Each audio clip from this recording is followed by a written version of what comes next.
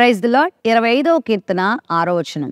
యెహోవా నీ కరుణాతిశయములను జ్ఞాపకం చేసుకొనుము, నీ కృపాతిశయములను జ్ఞాపకం చేసుకొనుము, అవి పూర్వము నుండి ఉన్నవే కదా. మన ప్రభువు మానవుని వలె మతిమరుపు అనే జబ్బుతో లేడు. ఆయనకి మర్చిపోవడం అంటూ ఏమీ తెలీదు. ఆయన చాలా జ్ఞానవంతుడు, చాలా అపరిమితమైనటువంటి తెలివితేటలను కలిగినవాడు. అయితే ఇక్కడ భక్తుడు నీ కృపాతిశయములను జ్ఞాపకం చేసుకో, నీ కరుణాతిశయములను జ్ఞాపకం చేసుకో అని ఎందుకు ప్రార్థన చేస్తున్నాడంటే, అయ్యా నేను ఎప్పుడు నీ జ్ఞాపకంలో ఉండాలి. నేను చాలా సందర్భాల్లో నిన్ను మర్చిపోతున్నాను కానీ, నీ వాక్యాన్ని మర్చిపోతున్నాను కానీ, నీ నిబంధనలు మర్చిపోతున్నాను కానీ, మీరు నన్ను మర్చిపోవద్దయ్యా అంటూ ఇక్కడ చాలా వినయమైన రీతిలో, చాలా దీనమైన స్థితిలో, ఎంతో వినయపూర్వకంగా, ఎంతో దీన మనసుతో ఇతడు ప్రార్థన చేస్తున్నాడు. ఆయన మనల్ని మర్చిపోతే మనకి ఈ లోకంలో జీవితం ఉంటుందా చెప్పండి? ఒక్క క్షణమైనా ఆయన మనల్ని విడిచిపెట్టాడు అనుకోండి, మనం ఎందుకో పనికిరాం. ఆయన జ్ఞాపకం చేసుకునే దేవుడై ఉన్నాడు. బైబిల్ గ్రంథంలో ఆయన చాలా మందిని జ్ఞాపకం చేసుకున్నాడంట.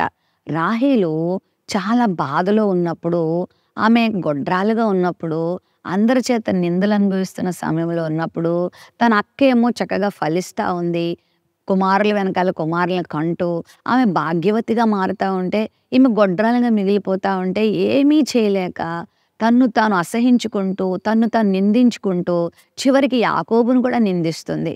30వ అధ్యాయం ఆదికాండంలో యాకోబుతో గొడవ పెట్టుకుంటది. అప్పుడు యాకోబు అంటాడు, నేనే మాత్రపు వాడను, నీ గర్భఫలం ఇవ్వడానికి దేవుడు కదా చెయ్యాలి, నేనేం చేయలేను, దేవునికి చెప్పుకో నీ సంగతి అంతా అన్నప్పుడు లోబడి దేవునితో వ్యాజ్యమాడుతుంది. దేవునికి తన జీవితాన్ని అప్పగించుకున్నప్పుడు ఆదికాండం 30వ అధ్యాయం 22వ వచనంలో దేవుడు రాహేలును జ్ఞాపకం చేసుకున్నాడు. రాహేలు మనవిని దేవుడు విన్నాడు అనే మాట మనం చూస్తాం. మనుషులతో మాట్లాడటం వలన, మనుషులతో పెట్టుకోవడం వల్ల, మనుషులు కాళ్ళు పట్టుకోవడం వల్ల రాహేలుకి ఏ ప్రయోజనం దక్కలేదు. కానీ దేవునికి మొరపెట్టుకోవడం వలన, దేవుని జ్ఞాపకంలోకి ఆమె చేరడం వలన దేవుడు ఆమె జీవితంలో కార్యాలు చేశాడు. మరి ఈ ఉదయకాల సమయంలో నిన్ను దేవుడు మర్చిపోయాడు అని అనుకుంటున్నావేమో, దేవునికి నేను గుర్తు రావట్లేదేమో అనుకుంటున్నావేమో. ఆయన నేను మర్చిపోయేవాడు కాదు. నువ్వు ఆయన దగ్గరకు వచ్చి, అయ్యా కృపతో నన్ను జ్ఞాపకం చేసుకోవా అని నువ్వు ప్రార్థన చేస్తే ఆయన నిన్ను జ్ఞాపకం చేసుకుంటాడు. అబ్రహాము దేవుని సందులో మొర్ర పెడతాడు, అయ్యా ఈ సొదొమ గొమొర్రాల్ని నాశనం చేస్తానన్నావు కదా, 40 మంది నీతివంతులుంటే, 30 మంది నీతివంతులుంటే, 20 మంది ఉంటే, 10 మంది ఉంటే రక్షిస్తావా అని ప్రభు దగ్గర బ్రతిమలాడతాడు.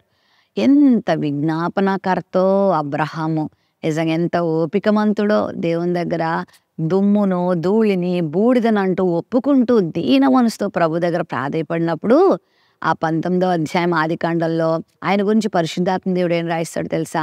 దేవుడు అబ్రహామును జ్ఞాపకం చేసుకొని లోతును తప్పిస్తాడంట, నాశనం నుండి తప్పిస్తాడంట. అవును, దేవుడు నిన్ను జ్ఞాపకం చేసుకునే దేవుడు. నువ్వు ఆయన దగ్గరికి వచ్చి, అయ్యా కృపతో జ్ఞాపకం చేసుకోవా అని నువ్వు దీన మనసుతో ప్రార్థన చేస్తే దేవుడు నిన్ను జ్ఞాపకం చేసుకుంటాడు. నీవున్న దీన స్థితి నుండి నిన్ను బయటికి తీసుకొస్తాడు.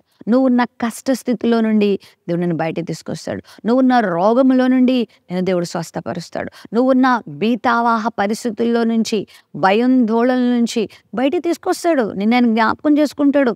మరి మనకు తెలుసు, హన్నా కూడా ఎంతో దుఃఖంలో షిలోహ మందిరంలో ప్రార్థన చేసినప్పుడు ఆ 1వ అధ్యాయం 1 సమూయేలు గ్రంథంలో ఉంటుంది, దేవుడు హన్నాను జ్ఞాపకం చేసుకొనెను అనే మాట.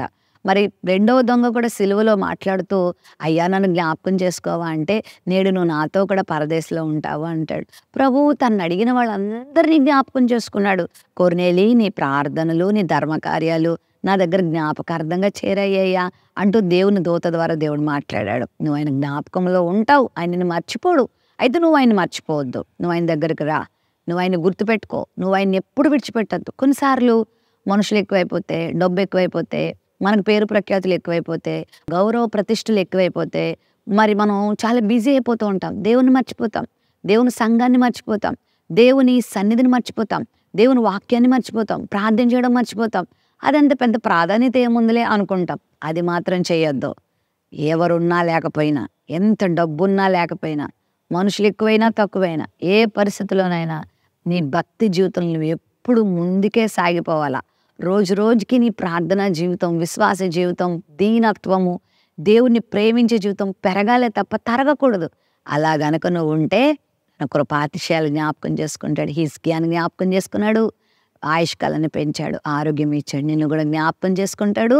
ఒకవేళ ప్రస్తుతం నీ స్థితి బాలేదా, నీ పరిస్థితి బాధాకరంగా ఉందా, దుఃఖకరంగా ఉందా, నీ పరిస్థితి అయోమయంగా ఉందా, దిక్కుతోచని పరిస్థితులు ఉన్నావా, ఆయన జ్ఞాపకం చేసుకుంటాడు. ఆయన జ్ఞాపకం చేసుకుంటే నీ పరిస్థితులు మారిపోతాయి. ఆయన జ్ఞాపకం చేసుకుంటే నీ జీవితంలో అద్భుతం జరుగుద్ది. ఆయన జ్ఞాపకం చేసుకుంటే నీ ప్రార్థనకు జవాబు దొరుకుద్ది. నీ కన్నీటికి ఇక ముగింపు ఉంటుంది. నువ్వు సంతోషిస్తావు, ఆనందిస్తావు. ప్రేమ నమ్మకం కలిగిన మా తండ్రి, నీ కృపాతిశయములు, నీ కరుణాతిశయములు మా జీవితంలో జ్ఞాపకం చేసుకొని గొప్ప కార్యం జరిగించమని యేసు నామములో ప్రార్థిస్తున్నాం తండ్రి. ఆమెన్.